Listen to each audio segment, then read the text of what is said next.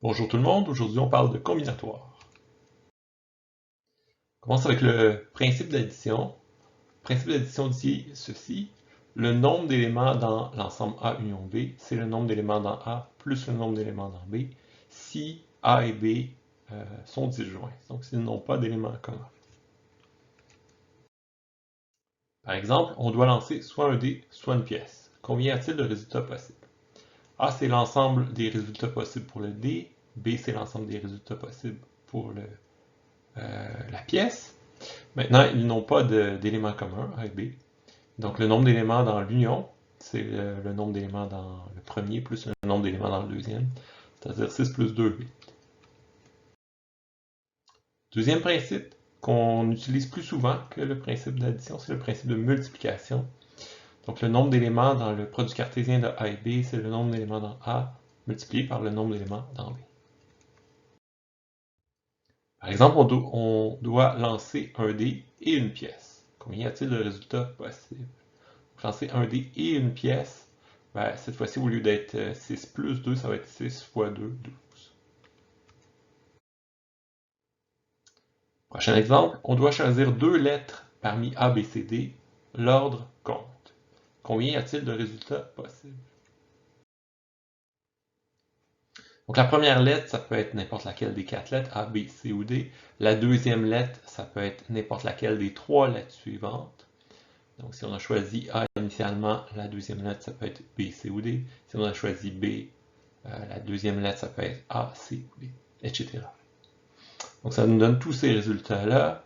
Donc si je suis une branche, par exemple C suivi de A, ça me donne la paire CA dans cet ordre-là, qui est différente de la paire AC. Donc je dois compter tous ces résultats-là indépendamment. Donc ça me fait 4, le premier embranchement est d'un facteur 4, le deuxième d'un facteur 3. Donc je trouve 4 fois 3, 12 résultats possibles. Prochain exemple, de combien de façons peut-on mettre en ligne 4 personnes? Donc, oui, en passant, quand on parle d'êtres humains, de personnes, ben, évidemment, ces personnes-là sont distinctes. Ce ne sont pas des clones. Donc, quand il est question de personnes, par défaut, il faut comprendre que ce sont des personnes distinctes. Donc, pour la première personne, on peut la placer à 4 endroits, la deuxième personne à 3, ensuite la suivante à 2, puis la dernière personne, on la place à l'endroit, au dernier endroit qui reste. Et donc, ça nous donne 4 fois 3 fois 2 fois 1, qu'on peut aussi noter 4 factoriel. Prochain exemple. Combien y a-t-il de fonctions d'un ensemble à m éléments vers un ensemble à n éléments avec n plus grand ou égal à m? Ok, donc pour compter les fonctions, je regarde chacun des éléments de A, je vais lui associer un élément de B. Donc, le premier élément de A, j'ai n possibilités pour le choix de F1. Je ne dis pas que la valeur de F1 c'est n, je dis que pour le choix de F1, j'ai n possibilités. Pour le choix de la valeur de F2, j'ai n possibilités, etc. Jusqu'au choix de la valeur de Fm, j'ai n possibilités. Donc je multiplie par n, m fois, ce qui me donne n puissance m fonctions.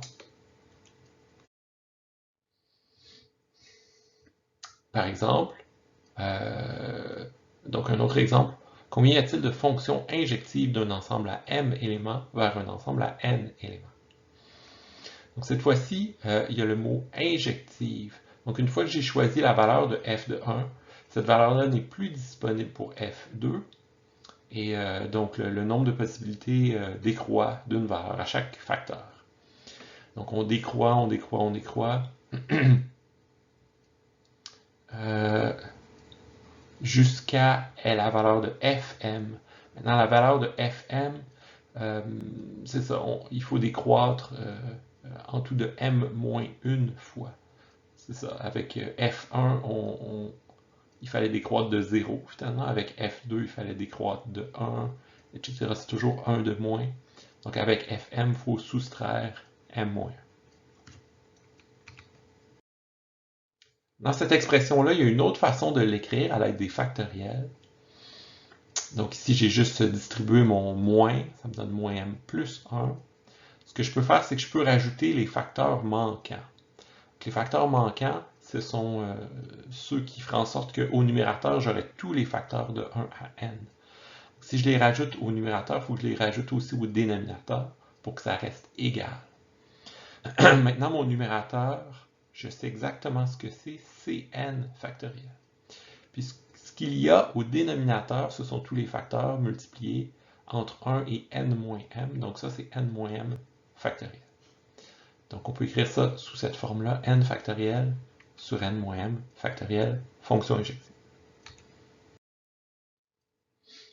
Principe d'inclusion-exclusion, qui est une extension du principe d'addition, qui dit que le nombre d'éléments dans A union B, c'est le nombre d'éléments dans A, plus le nombre d'éléments dans B, moins le nombre d'éléments dans l'intersection de A et B.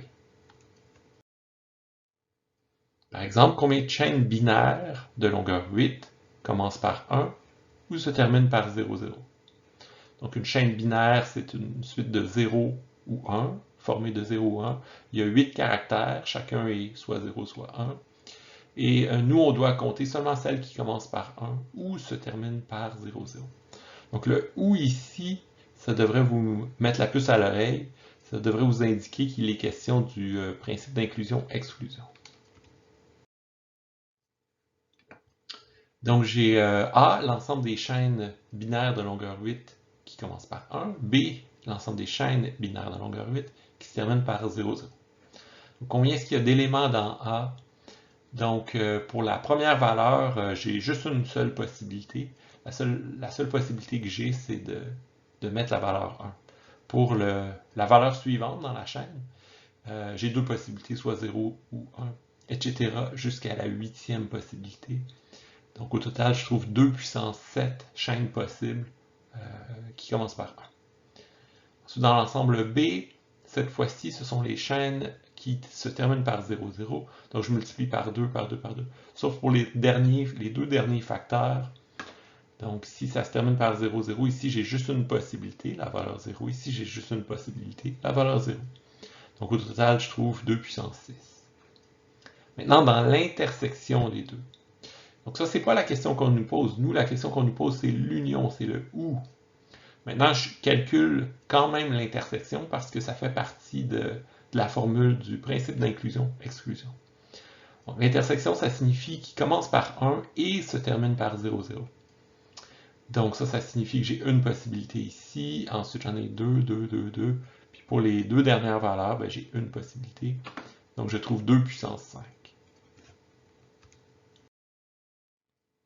Donc, au final, je trouve nombre d'éléments dans A, 2 puissance 7, plus nombre d'éléments dans B, 2 puissance 6, et moins le nombre d'éléments dans l'intersection, moins 2 puissance 5.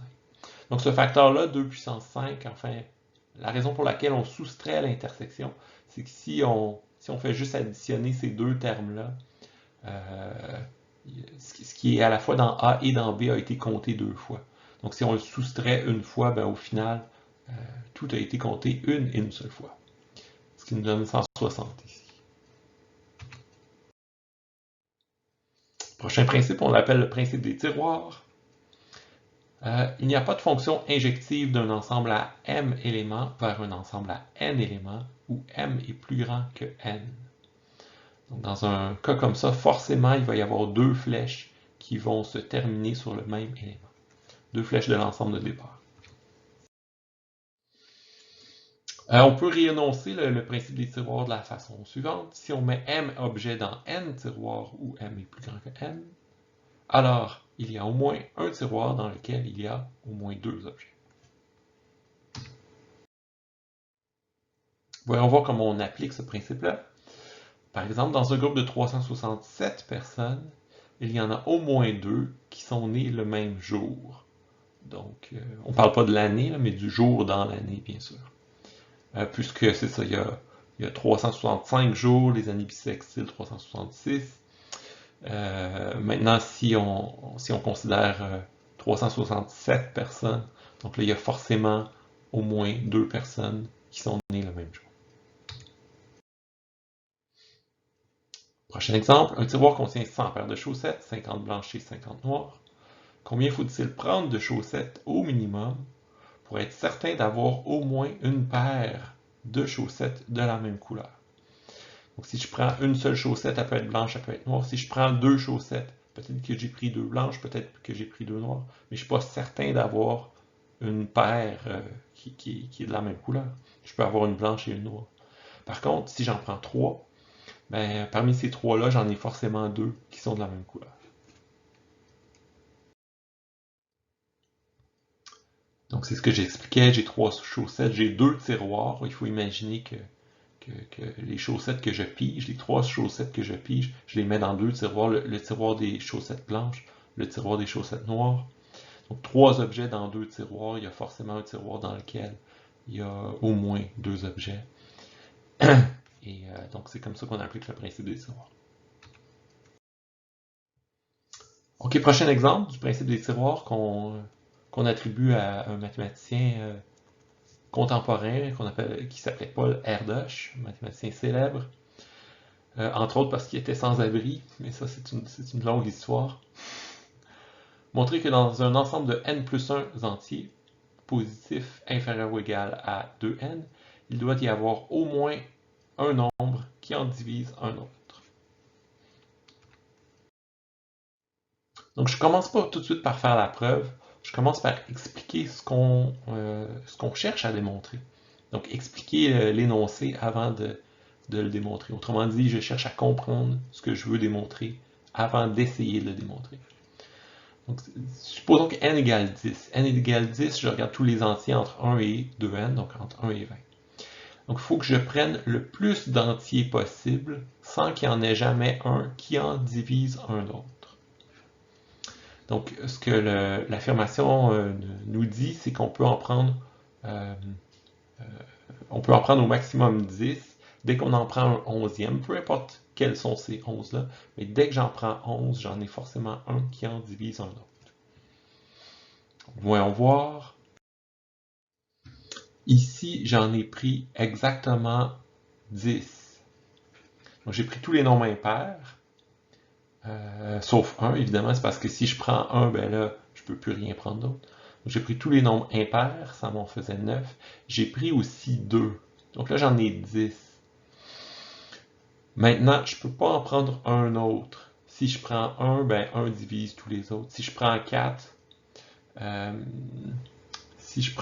le problème c'est que 2 va diviser 4. Si je prends 6, le problème c'est que 3 va diviser 6. Si je prends 8, le problème c'est que 2 va diviser 8, etc. Donc je ne peux plus en prendre d'autres. Je vous invite à essayer, même si vous voulez essayer d'en prendre 11, sans qu'il n'y en ait jamais un qui en divise un autre. Vous allez voir que c'est très difficile parce que c'est impossible. Puis on va le démontrer que c'est impossible. Donc nos 20 nombres, entre 1 et 20 inclusivement, on va les ranger dans 10 tiroirs. Okay, donc ça, ce sont les puissances de 2. Ça, ce sont les nombres. Le deuxième tiroir, ce sont les nombres qui sont 3 fois une puissance de 2. Ici, 5 fois une puissance de 2. Évidemment, entre 1 et 20. Ici, 7 fois une puissance de 2, 9 fois une puissance de 2, 11 fois une puissance de 2. Ici, il ne reste plus que 11, puisque je n'ai pas 22, 13, 15, 17 et 19. Vous aurez remarqué aussi que j'ai souligné un de ces nombres-là en rouge dans chaque tiroir. C'est comme si le premier tiroir, c'était comme le tiroir numéro 1. Le deuxième tiroir, c'est comme si c'était le tiroir numéro 3. C'est comme si on les nommait par le nombre impair en question. Ok, maintenant, si je prends 11 nombres entre 1 et 20, donc forcément, il y a un tiroir dans lequel il va y avoir au moins 2 nombres. Donc si j'en prends 11, peut-être que ça va être 2 nombres ici, peut-être que ça va être 2 nombres là, peut-être que ça va être 2 nombres là. Maintenant, si j'ai 2 nombres dans le même tiroir, j'en ai forcément un qui en divise un autre. Donc si je prends 2 nombres ici, si je prends 4 et 8, ben, 4 va diviser 8, si je prends 2 et 16, 2 divise 16, etc. Donc ça, c'est la preuve qu'on ne peut pas en prendre 11 sans qu'il n'y en ait un qui en divise un autre. Donc ça, c'est la preuve pour n égale 10. maintenant, il faut faire la preuve dans le cas général. Donc, ce que j'ai fait là, c'était pas nécessaire, c'est ni suffisant non plus. C'était juste pour vous expliquer de quoi il est question. C'est un peu plus concret, on a des nombres, on n'a pas de l'algèbre. Maintenant, il nous reste à le faire avec de l'algèbre. Le cas général, soit x1, x2, etc. jusqu'à xn plus 1, les entiers en question. Ok, alors, si je pose xi comme étant égal à qi fois 2 puissance mi, où qi est un nombre impair. Donc c'est le nombre impair que j'avais souligné en rouge. Donc on peut penser à ça de la façon suivante. Quand j'ai un nombre entier, je peux mettre en facteur autant de puissance de 2 qu'il n'y en a. Donc je mets en évidence un certain nombre de puissance 2. Ça me donne 2 puissance mi. Puis ce qui me reste, il n'y a plus de puissance 2 là-dedans, donc c'est un nombre impair. Ok, donc mes xi sont entre 1 et 2n, donc forcément il en va de même pour mon nombre impair qi est entre 1 et 2n. Ok, donc mes qi, j'en ai autant que les xi, j'en ai n plus 1, et c'est un nombre impair entre 1 et 2n. Mais entre 1 et 2n, il y a n nombres pairs et n nombres impairs.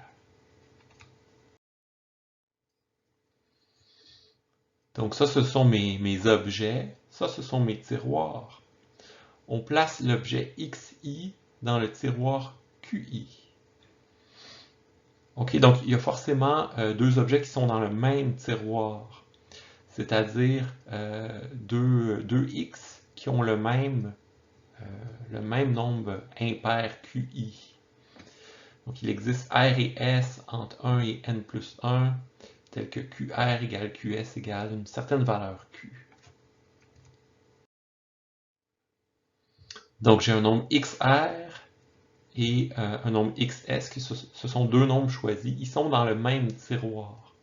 Donc ils ont le même nombre impair. Donc forcément, l'un divise l'autre. On peut le voir carrément en faisant le quotient. Si je fais le quotient, ben, ici j'ai un exposant qui est un entier positif ou nul. Donc le résultat est que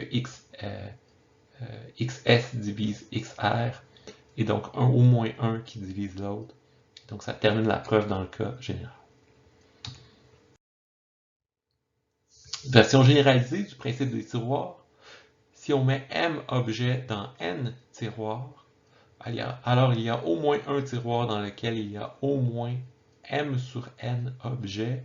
Donc ici on met des crochets, c'est une notation qui est peut-être nouvelle pour vous. Les crochets sont refermés seulement en haut. C'est pour dire que cette fraction-là, elle est arrondie à l'entier supérieur. C'est pour ça que les crochets sont fermés vers le haut. Par exemple, dans un groupe de 100 personnes, il y en a au moins 9 qui sont nés le même mois. Donc pourquoi? Parce que quand je divise 100 par 12, j'obtiens 8,3 périodiques. J'arrondis à l'entier supérieur, ça me donne 9. Donc parmi 100 personnes, il y en a au moins 9 qui sont nés le même mois. Ok, avec tout ça, ça vous permet de faire la première section d'exercice dans la partie sur la combinatoire, la section 1. D'ici le prochain cours, on vous invite à essayer les exercices suivants. Combien de plaques d'immatriculation de 4 symboles peut-on faire si les symboles peuvent être une lettre ou un chiffre, si les symboles peuvent être une lettre ou un chiffre, mais tous distincts, s'il doit y avoir 2 lettres suivies de 2 chiffres, et question D, s'il doit y avoir 2 lettres et 2 chiffres, peu importe l'ordre. Donc c'est 4 questions indépendantes, 4 variations sur le même thème. Prochain exercice. J'ai soit x qui s'écrit de cette façon-là en base 10.